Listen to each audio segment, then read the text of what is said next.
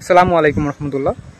আচ্ছা, যদি মনে করেন যে ডক্টর জাহিদুর রহমান সে যদি তার ভিডিওতে যদি না বলতো যে আমি হাইওয়ে বোর্ডের একজন মেম্বার, তাহলে কি হতো?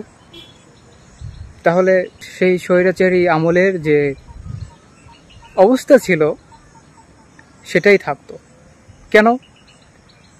যদি ডক্টর জাহিদুর রহমান তার এই বক্তব্যে এই কথাটা যদি উল্লেখ না করতো তাহলে কি দাঁড়াতো?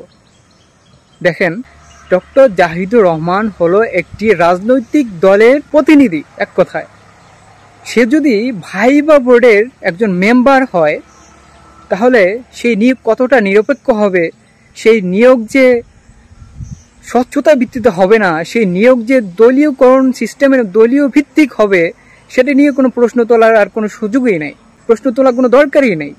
তাহলে আমরা যে এই জুলাই অভ্যুত্থান হলো, বিপ্লব হলো, আমরা ছাত্র সমাজ যে রক্ত দিয়েছি, জীবন দিয়েছি, এই জুলাই আকাঙ্ক্ষা, এগুলো শূন্য, এগুলো কোনো মূল্য নেই। এতগুলো মানুষ শহীদ হয়েছে, এতগুলো মানুষ রক্ত দিয়েছে, এতগুলো মানুষ স্যাক্রিফাইস করেছে, সেগুলো পুরোপুরি ব্যর্থতায় পর্যবসিত হবে। হচ্ছে, অলরেডি হয়ে গেছে। নাহলে দেখেন, যে আন্দোলনের সূত্রপাত হয়েছিল আমাদের ছাত্র সমাজের মধ্যে একটি গুরুতর বৈষম্যকে কেন্দ্র করে, অর্থাৎ কোটা সংস্কার নিয়ে, যেখানে ছাত্র সমাজের প্রতি সুবিচার করা হতো না, বৈষম্য করা হতো, কোটা ভিত্তিতে নিয়োগ দেওয়া হতো, মেধার মূল্যায়ন হতো না। তাই ছাত্র সমাজ এই বৈষম্যের বিরুদ্ধে আন্দোলন করেছে।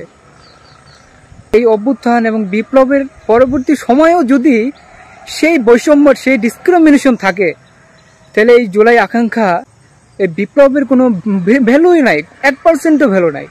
আজকের এই জুলাই আকাঙ্ক্ষা, জুলাই অভ্যুত্থান পুরোপুরি ব্যর্থতায় পর্যবসিত হওয়ার উপক্রম অলরেডি হয়ে গেছে।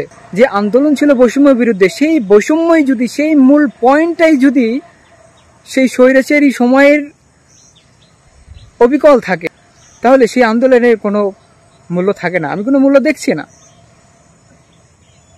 আনফরচুনেটলি ডক্টর জাহিদুর রহমান সে তার ভিডিওতে এটি স্বীকার করার ফলে আমাদের বিবেকে নাড়া দিয়েছে যে আসলে বর্তমান এই সিচুয়েশন, বর্তমান এই সময়টা কি চলছে। আসলে আমাদের এই জুলাই অভ্যুত্থান কতটুকু আমরা ধারণ করতে পেরেছি, এই জুলাই অভ্যুত্থানের ফলে আমরা কতটুকু অর্জন করতে পেরেছি, সেটা আমাদের বিবেকে এখন নাড়া দিচ্ছে। তার এই দুর্ভাগ্যবশত তার মুখ থেকে এই কথাটি বের হওয়ার ফলে। না হলে আপনি চিন্তা করুন যে পিএসসির মতো এমন একটি সেন্সিটিভ বিষয়, যেটাকে কেন্দ্র করে আজকের এই স্বাধীন বাংলাদেশে পেয়েছি আমরা, সেই মূল পয়েন্টের মধ্যেই হলো চরম বৈষম্য।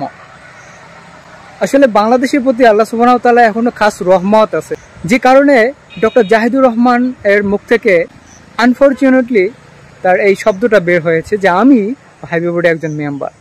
প্রয়োজনে আমরা আবার আন্দোলন করব, প্রয়োজনে আবার রক্ত দেব, জীবন দেব, তারপরেও এই ধরনের বৈষম্য আমরা মেনে নেব না। ছাত্র সমাজ এই ধরনের এই পিএসসির আমূল পরিবর্তন করেই আমরা ক্ষান্ত হব।